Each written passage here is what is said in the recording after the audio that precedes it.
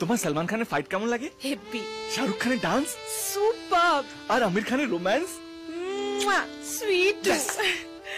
তাহলে তুমি এদের সবাইকে বিয়ে করবে? যা, সেটা হয় নাকি? আমার কেসটাও তাই। এটা ভালোবাসা নয়, ভালো লাগা। আসলে ভালোবাসা হলো একটা ফিলিং, একটা অ্যাক্সিডেন্ট, একটা ঝলকানি, একটা চমকানি, যেটা বুকের ভিতরে ঘন্টা বাজিয়ে দেয়।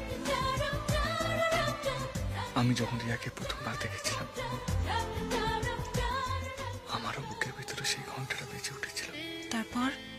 তারপর ফিজিক্স, কেমিস্ট্রি, ম্যাথমেটিক্স। দেব, আরে লাভ স্টোরি একদিকে হয় না পাগলি, দুদিকে হয়। আর যদি দুদিকে হয় তারপর প্রেম জমে ক্ষীর।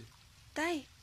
আচ্ছা, ট্রেনে আমাকে দেখার পর তোমার বুকের ভিতরে ঘন্টা বেজেছিল?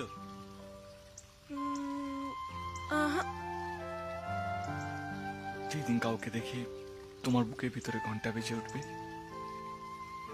টং করে, জানবে সেই তোমার লাভার।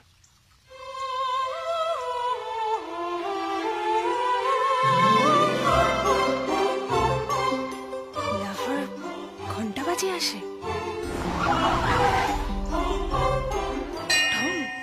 এসো এসো। ঠিক আছে ঠিক আছে। কি ব্যাপার, বিয়ের তো এখনো 9 দিন বাকি, এত তাড়াতাড়ি চলে এলে? বাজার মন্দা নাকি? দেখুন স্যার, কথা মতো দেবকে আপনার হাতে তুলে দিয়েছি, এবার রিয়াকে আমার হাতে তুলে দিন। ও আমার মেয়েকে কোণে সাজাবে, ওকে তুমি বিয়ের পরে নিয়ে যাও। কিন্তু তার মধ্যে যদি দেব ওকে না হয়ে যায়? এই মেরে বালি চাপা দিয়ে দেবো, জামাইয়ের নামে মেয়ে চুরির বদনাম দিলে। ও তো পোলা নয়, ও এমপি জুয়েলার্স এর রত্ন। বাপটা নিশ্চয়ই এমপি জুয়েলার্স এর মালিক, তাই এমন রত্ন বাজারে লঞ্চ করতে পারে। যা যা, মেয়েটাকে এনে ওর হাতে তুলে দে। ঠিক আছে মামা। হুশ হুশ হুশ। মেয়েটাকে দেখে তো মনে হয় ভদ্র ঘরে।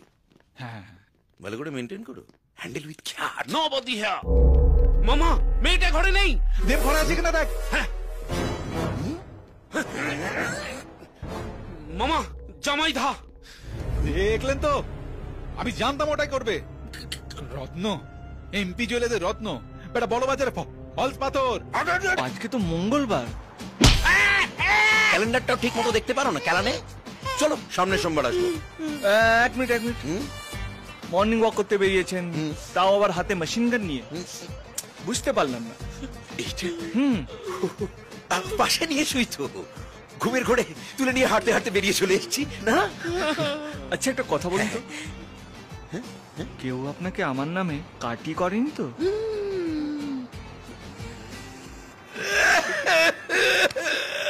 ঠিকই ধরেছো জামাই, মেয়ের বাপ তো মাথা ঠিক নেই, যত দিনে গিয়ে আসছে তত টেনশন বাড়ছে। রিয়াকে ওড়াতে তুলে দিতে গিয়ে দেখি রিয়া ঘরে নেই, তুমিও নেই। এদিকেও কাটি করলা, বললো তুমি রিয়াকে নিয়ে ভেগেছো।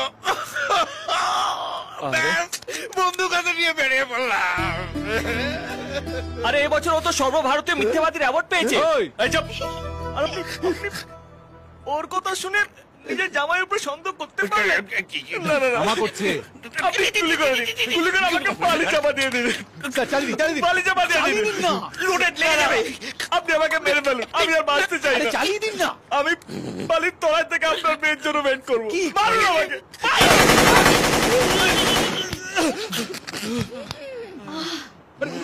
উঠুন। পোলা তো নয়, যেন আগুনের গোলা। হ্যাঁ, এ তো তুমি নিজে মরবে, আমাকেও কেস খাওয়াবে বাবা। হ্যাঁ, সব তোমার জন্য। হ্যাঁ, সর্বভারতীয় মিথ্যাবাদী। আমি তোমায় বলে দিচ্ছি, যদি আর কখনো কেউ আমায় জামাইয়ের নামে কাটি করে, কোন রকম কাটি করে, আমি তাকে মেরে বালি চাপা দিয়ে দেবো। বেচাও বেচাও, বকে দিয়েছি। চলো। আমি ওখানে থাকবো, দেখি তুই এখান থেকে আমার রিয়াকে কি করে নিয়ে যাস। ফাঁকা মাঠে গোল দেওয়াটা হলো তোর ক্যারেক্টার, আর গ্যালারি ভর্তি মাঠে সবাইকে ড্রিবল করে গোল দেওয়াটা হলো আমার ক্যারেক্টার। যা কর সবার সামনে।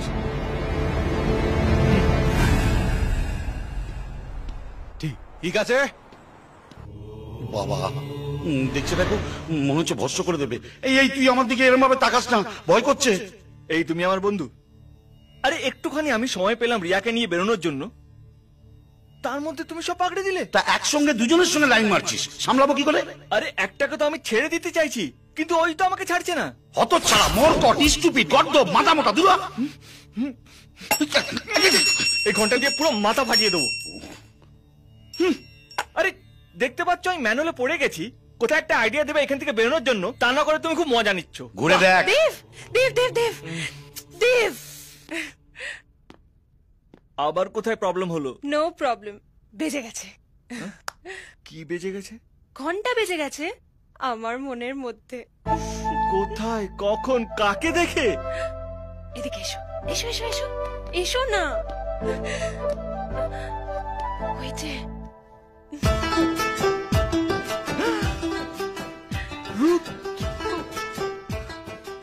করে বাজলো। ওই যে ঢং।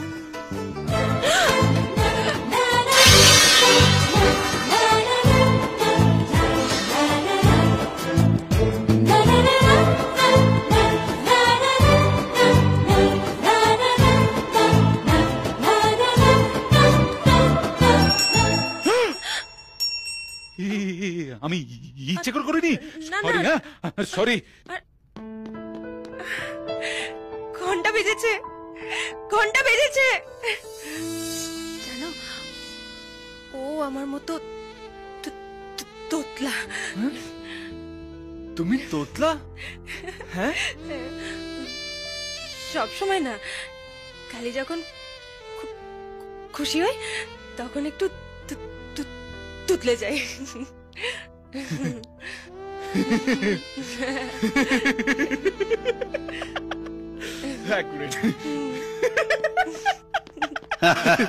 আরে থাক থাক থাক। কেমন দিলাম? কি দিলে? ইয়েস, পুরো অফসাইডে গোল করে দিলে। একজন রাগলে তোতলায় আর একজন খুশি হলে তোতলায়। ইয়েস, বাকিটা আমি খেলে দেবো। দেখিস তোর জন্য আমার দুবাইয়ের ঘরটা যেন না যায়। ঠিক আছে। শালা আমি কেন তোতলাচ্ছি? এক্সাইটেড হয়ে গেছি। Anyway, thank you for everything. আর হ্যাঁ, ঘন্টার জন্য ক্ষমা করে দিও প্লিজ, বাকিটা আমি সামলে আসছি। হ্যাঁ, চালিয়ে যাও বৎস, তোমার হবে। ব্যাস, আর তোমাকে দেখতে হবে না। তোমার লাভ স্টোরি হালখাতা শুরু হয়ে গেছে। এইবার তোমার বাবাকে গিয়ে বলো তুমি আমাকে না, রুদ্রকে বিয়ে করবে। না দেব, এই লাভ স্টোরির হ্যাপি এন্ড হবে না মনে হয়, স্যাড এন্ড হবে। কেন? তুমিই তো বলেছিলে দুদিক দিয়ে ঘন্টা বাজলে তবেই হবে। হ্যাঁ, কেন যে আমি এত ভাববো কি কখনো কখনো। But ও তো রিয়াকে বিয়ে করতে চায়, ও কেন আমায় ভালোবাসবে বলো? আরে ছাড়ো তো, ওটা ঢপের ভালোবাসা। ও ওকে বিয়ে করতে চায় শুধুমাত্র আমাকে হারানোর জন্য। তোমাকে দেখে ওর চোখটা দাঁড়িয়ে গিয়েছিল বলো। হ্যাঁ, সিম্পল। তার মানে Riya out, you are in. সত্যি? ইয়েস, সত্যি। এখন শুধু ওর বুকের মধ্যে ঘন্টাটা বাজিয়ে দিতে হবে, তারপর দেখবে ও তোমাকে এসে আই লাভ ইউ বলছে। কিন্তু কি করে? No idea. Then great idea baby. Chinku, আমি আছি তো, কাম। চুপ করো। দেবের নাম আমার সামনেও আনবে না। এতদিনও আমার সঙ্গে প্রেম করে এখন একটা মাফিয়ার মেয়ের এবং তার সম্পত্তি প্রেমে পড়ে গেছে। আমি রুদ্রকে খারাপ ছেলে ভাবতাম, কারণ ও গুন্ডামি করতো, লোকেদের মারধর করতো, কিন্তু ও দেবের চেয়ে 100 গুণ ভালো। ও আমার হিরো। Hero, hero, hero. ও আমার হিরো।